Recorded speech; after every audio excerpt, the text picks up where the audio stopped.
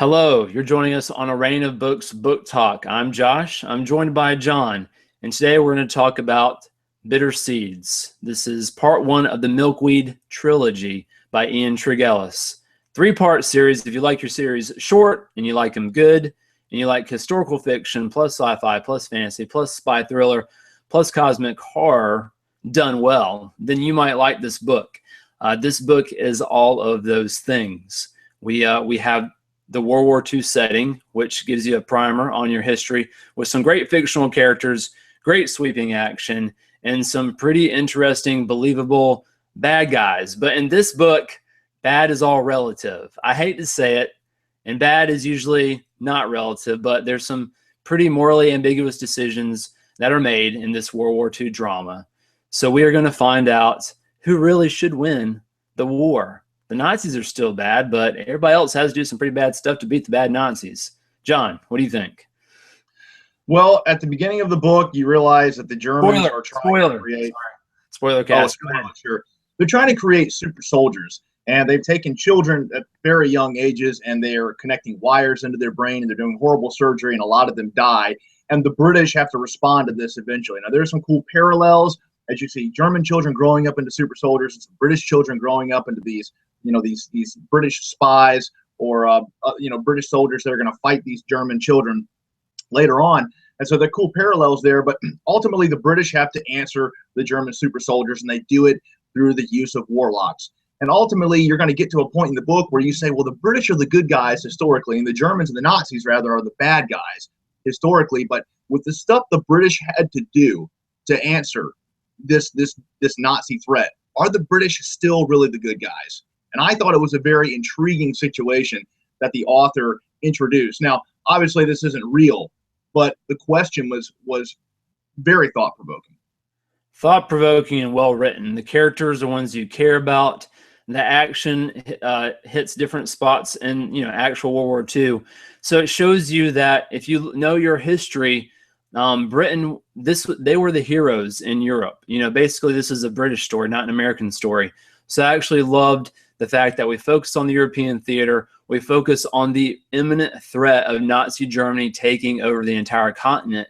So it's based on, what would happen if we couldn't have succeeded on our own, and you have this little sci-fi fantasy flavor to it. So it's done well. It's not cheesy. All these mashups and combinations of genres could have easily gone wrong, but Tregillis creates a very thought-provoking tale of what is the cost of winning. What's too high of a cost to pay? The greatest fiction has done that, John. You've had Battlestar Galactica. Should you collaborate with the Cylons? Let's not spoil Battlestar Galactica, one of the best TV shows ever. But there is this fact of, what are your moral boundaries, your moral limits, and if you cross those, what does it do to you? And Tregillis, he literally destroys his characters. He shows the cost of war. And as much as I gripe about some issues with the book jumping around to the end of the war, and it inevitably has to, this concludes World War II. You see an entire sweeping scope of this world conflict, and the characters are swept up in it. And I want to see more of them. But what he does show you is he sees the ruin of these heavy burdens they have to carry, and these morally questionable decisions that they do ultimately make to win the war on the British side. The book is not without its flaws. It has a few of them. One of the flaws is that the author did such a great job developing the characters, and he had a lot of characters. I mean, kudos to Tregillis. It wasn't just one or two. There were 5 or 6. And he fleshed them all out very well. He developed them well. I cared about every single one of them. Some I liked more than others.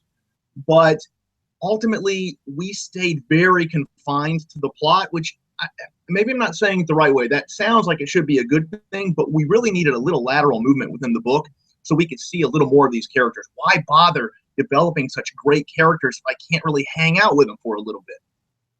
Well put point. I think you're absolutely right. That was actually my issue. I liked them so much and wanted to see more of them.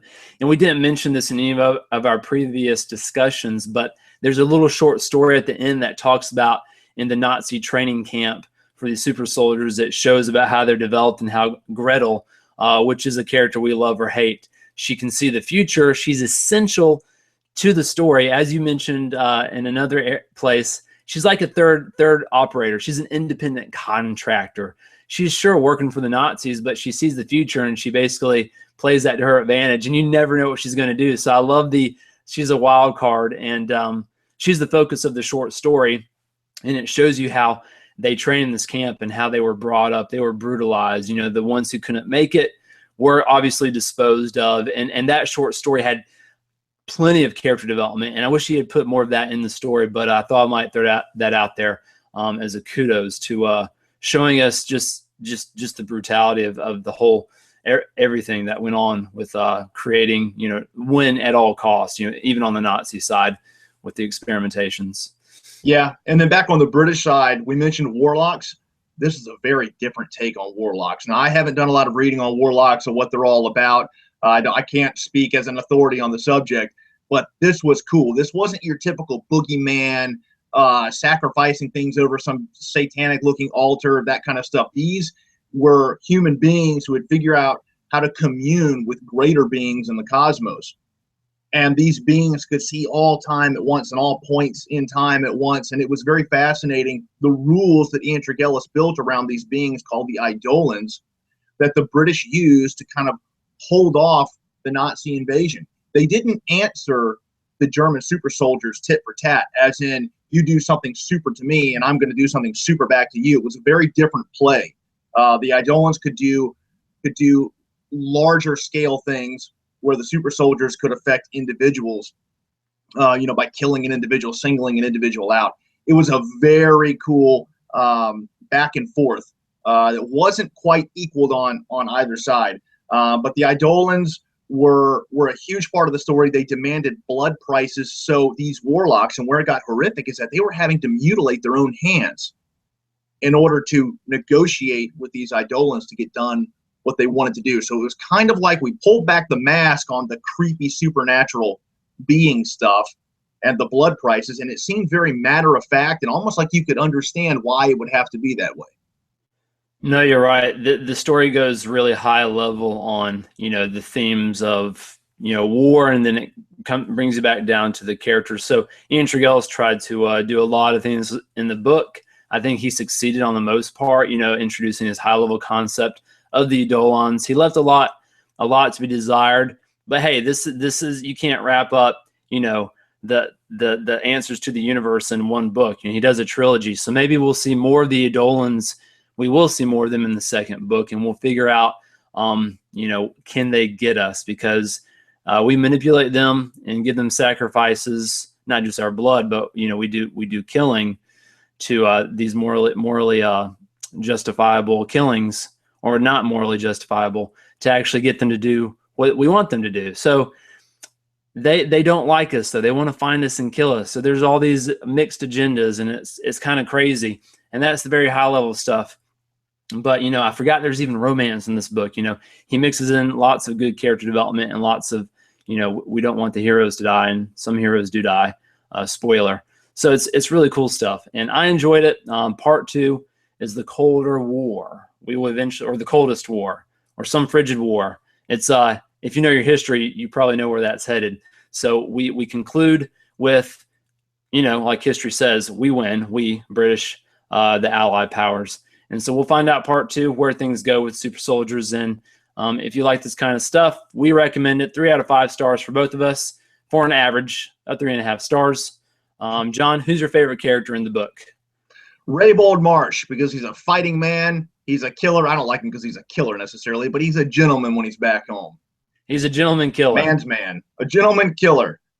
If only there were some device someone could invent so those warlocks didn't have to prick their fingers so many times. I'm a fan. You remind me of Raybold, and I guess I would fancy myself Will Beauclerk, you know, royalty, dabbles in the clandestine stuff, and generally, you know, doesn't think before he acts. But, you know, whatever. It is what it is. So thank you for watching the Rain of Books Book Talk. This has been Bitter Seeds by Ian Tregillis. Check it out. We'll catch you next time. Thanks a lot.